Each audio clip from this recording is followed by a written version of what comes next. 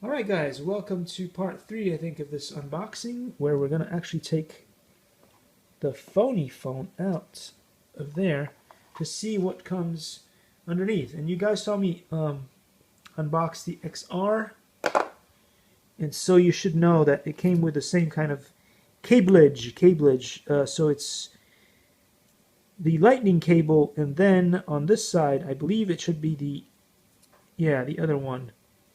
USB-C, I think that's what they call it. So did not come with a charger. It does not come with a charger, but it does come with this cool little thing that you can use to remove and a sticker. That's cool too. Comes with the sticker and the tool to remove the micro SD thing, the little SIM card, whatever thing that you use to connect to AT&T or whatever provider that you use. Likey.